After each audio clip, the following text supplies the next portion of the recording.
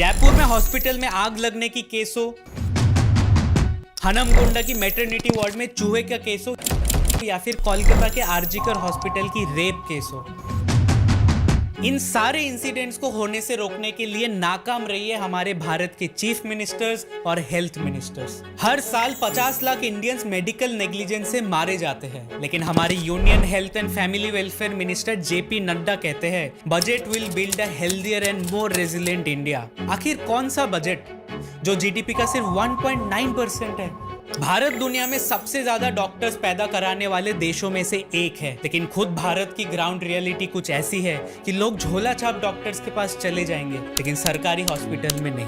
तो इसीलिए जरूरी हो जाता है ये देखना कि क्या सच में सरकारी हॉस्पिटल इंडिया में एक मजाक बन गया है? क्या जेपी नड्डा और उनकी सरकार ने हेल्थ सेक्टर को बर्बाद कर दिया है? और क्या कभी इंडिया में आम आदमी को क्वालिटी हेल्थ केयर मिल पाएगी? आइए देखते हैं। मैं हूँ अविक और आप देख रहे हैं अविकली।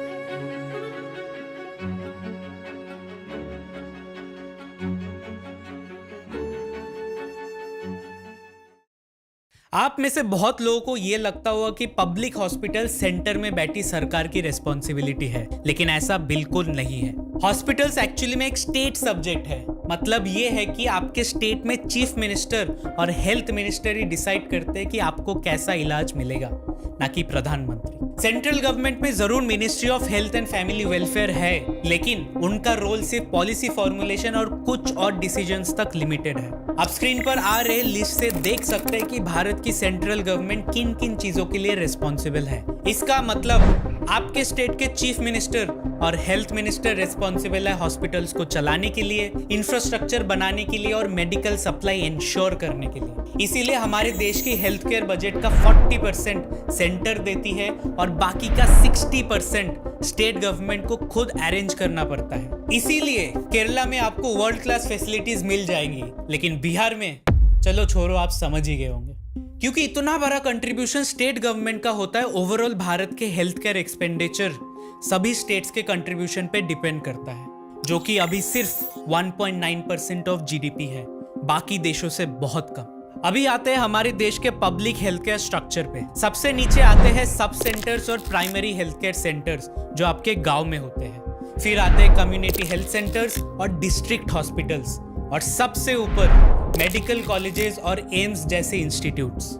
PIB के एक रिपोर्ट के हिसाब से करेंटली भारत में 1,69,615 सब सेंटर्स है और 31,882 PHCs, 6,359 कम्युनिटी हेल्थ सेंटर्स और 759 डिस्ट्रिक्ट हॉस्पिटल्स, और टर्शियरी लेवल पे 423 मेडिकल कॉलेजेस और 41 एम्स है।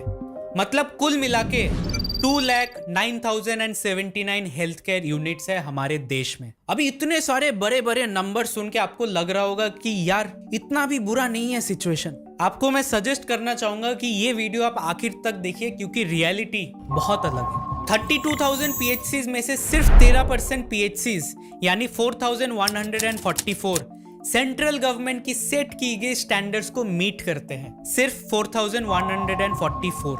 इन बचे कुचे PHCs में से बहुत छोटा सा अमाउंट एक्चुअली में 24 घंटे खुले रहते हैं। मतलब खुदा ना खास्ता अगर रात में आपका बच्चा बीमार पड़ जाए और इमरजेंसी ले जाने का नौबत आ जाए, तो आप और आपका बच्चा भगवान भरोसे। देश भर में 20 से 30% मेडिकल ऑफिसर्स की पोस्ट आज भी खाली है।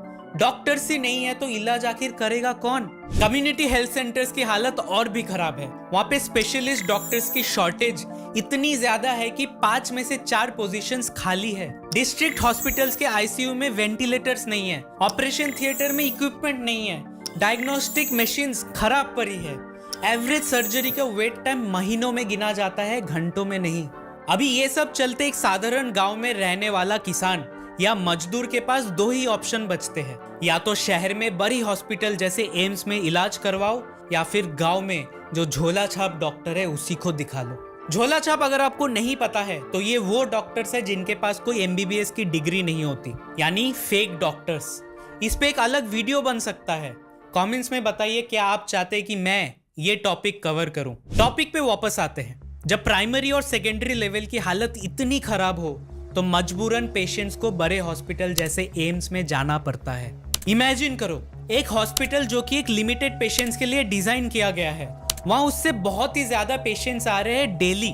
कॉरिडोर्स में पेशेंट्स, बाथरूम के बाहर स्ट्रेचर्स और एक बेड पे 2-3 पेशेंट्स शेयर कर रहे हैं। सरकारी हॉस्पिटल्स का ये सिचुएशन आपने इंटरनेट पे जरूर देखा होगा। ओवर क्राउडिंग की वजह से डॉक्टर्स को एक्सटेंडेड पीरियड तक काम करना पड़ता है। आप किसी भी सरकारी हॉस्पिटल के डॉक्टर से पूछ लीजिए, 36 आवर की शिफ्ट काफी नॉर्मल चीज है ऐसे हॉस्पिटल्स में। इससे फैटिग होता है और मेडिकल नेग्लिजेंस के केसेस बढ़ते हैं। एक चीज समझिए कि कोई भी डॉक्टर जानबूझ के गलती नहीं करेगा, उसके एक्सटर्नल फैक्टर्स उसे मजबूर करते हैं गलतियां करने के लिए। मिडिलमैन और करप्शन का भी अड्डा बन गया है ये हॉस्पिटल्स। बेड चाहिए 5,000 रुपए, डॉक्टर से मिलना है 2,000 रुपए, रिपोर्ट जल्दी चाहिए 1,000 रुपए। हर चीज का रेट फिक्स्ड है। और वीमेन सेफ्टी की तो आप बात ही मत कीजिए।